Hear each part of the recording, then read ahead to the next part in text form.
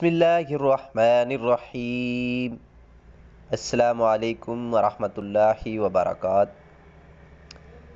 حضور صلی اللہ علیہ وسلم کی ولادت کے زمانہ قریب میں اور ولادت کے وقت پیش آنے والے واقعات، اصحاب فیل کی ہلاکت کا واقعہ پورے عرب کی برسوں کی خشک سالی دافع ہو کر پورے ملک میں خوشحالی کا دورہ ہو جانا، بتوں کا منہ کے بل گر پڑنا، فارس کے مجوسیوں کے 1000 سال سے جلائی ہوئی آگ کا ایک لمحہ میں بجھ جانا، قیصر کسریٰ کے محل کا زلزلہ اور اس کے 14 کنگروں کا منہدم ہو جانا، شام اور کوفہ کے درمیان وادی سموا کی خشک ندی کا اچانک جاری ہو جانا۔